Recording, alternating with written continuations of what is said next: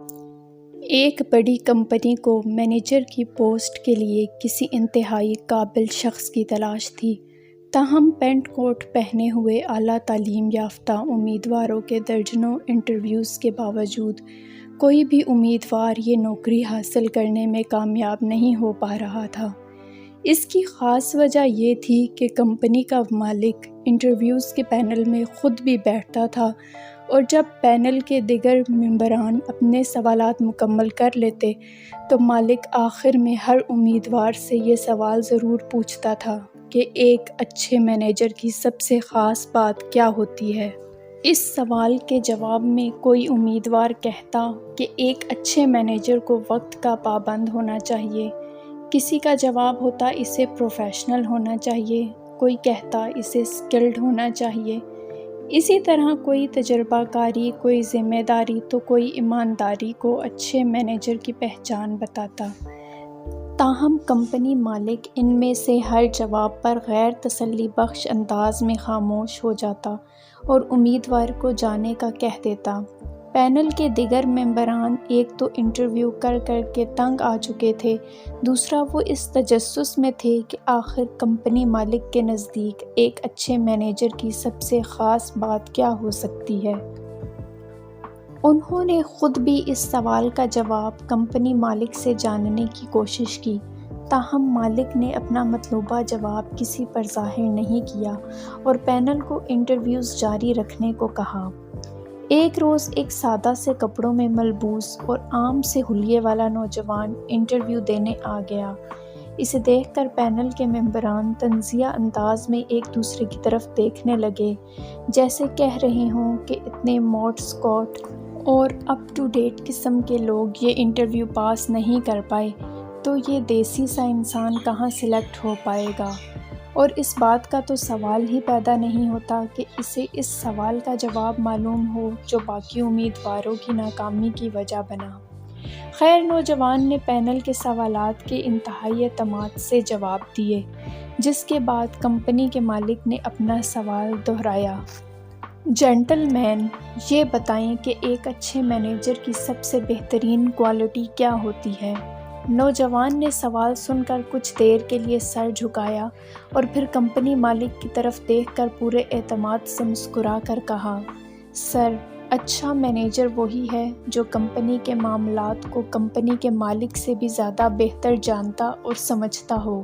اور جس کے ہوتے ہوئے مالک برائے نام مالک ہی کہلائے۔ یہ عجیب و غریب جواب سن کر پینل کے ممبران چونک گئے۔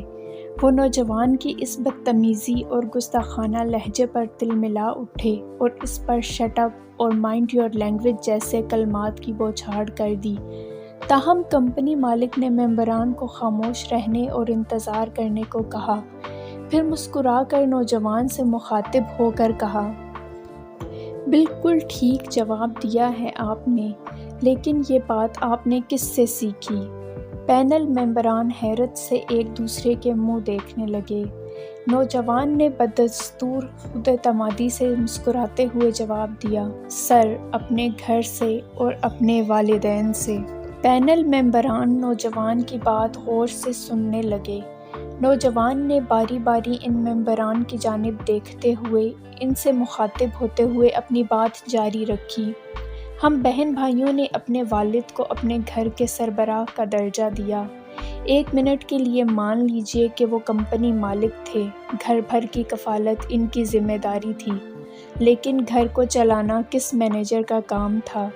کس کے کپڑے کہاں ٹنگے ہیں، کس کے جوتے کہاں رکھے ہیں، کس کی کتابیں کہاں ہیں، کس کے کھلونے کہاں پڑے ہیں،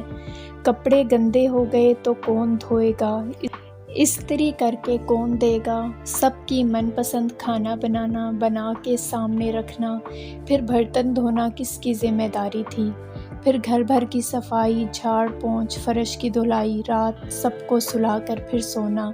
صبح سب سے پہلے جاگ کر سب کو جگانا، ایک ایک کو کھلا پلا کر تیار کر کے اسکول بھیجنا، کپڑے پھٹ جاتے تو پیوند لگانا، بٹن ٹوٹ جاتا تو ٹانکا لگانا، بیمار پڑ جاتے تو پرہیز والا کھانا اور دوائی دینا، بخار میں ماتھے پر ٹھنڈی پٹیاں رکھنا، مالش کرنا، کبھی کھیر، کبھی حلوہ، کبھی گجریلا، کبھی کھچڑی، کبھی زردہ، کبھی شربت، کبھی ابلے ہوئے انڈے اور نہ جانے کیا کیا کچھ، یہ سب مینیج کرنے والی میری امی تھیں۔ وہ شاندار مینیجر تھیں۔ کبھی بھول کر بھی ہم ابو سے پوچھ لیتے کہ ہماری فلاں چیز کہاں پڑی ہے تو وہ ہمیں ڈانٹ کر کہتے، ارے بھائی مجھے کیا معلوم، اپنی ماں سے پوچھو۔ اور اس سے بھی مزیدار بات یہ کہ خود ابو کا موبائل، پرس، کپڑے، جوتے، موٹر سائیکل کی چابی، حتیٰ کہ دفتر کے فائلیں تک امی کے پتے پر ہوتی تھیں۔ تبھی ہم اکثر ابو کو چھیڑتے ہوئے کہا کرتے تھے، آپ تو بس برائے نام ہی گھر کے مالک ہیں، آپ سے کہیں زیادہ تو امی گھر کو جانتی اور سمجھتی ہیں۔ اور ابو بھی ہنس کر اعتراف کیا کرتے کہ امی کے ہوتے ہوئے انہیں کبھی کسی بھی بات کی فکر نہیں ہوتی، اس لیے وہ گھر کے برائے نام مالک ہی ٹھیک ہیں۔ بس سر، اس لیے میرے نزدیک ایک اچھے مینیجر کی یہی تعریف ہے۔ کمپنی مالک نے تحسین آمیز نگاہوں سے نوجوان کو دیکھا اور پھر پینل سے مخاطب ہو کر کہا، آپ سب نے اس نوجوان کا جواب سن کر اسے ڈانٹ دیا تھا، لیکن اب جب کہ اس نے اپنے جواب کی تشریح کی ہے تو مجھے امید ہے کہ آپ سمجھ گئے ہوں گے کہ اس کے جواب کے پیچھے اس کا مشاہدہ بھی ہے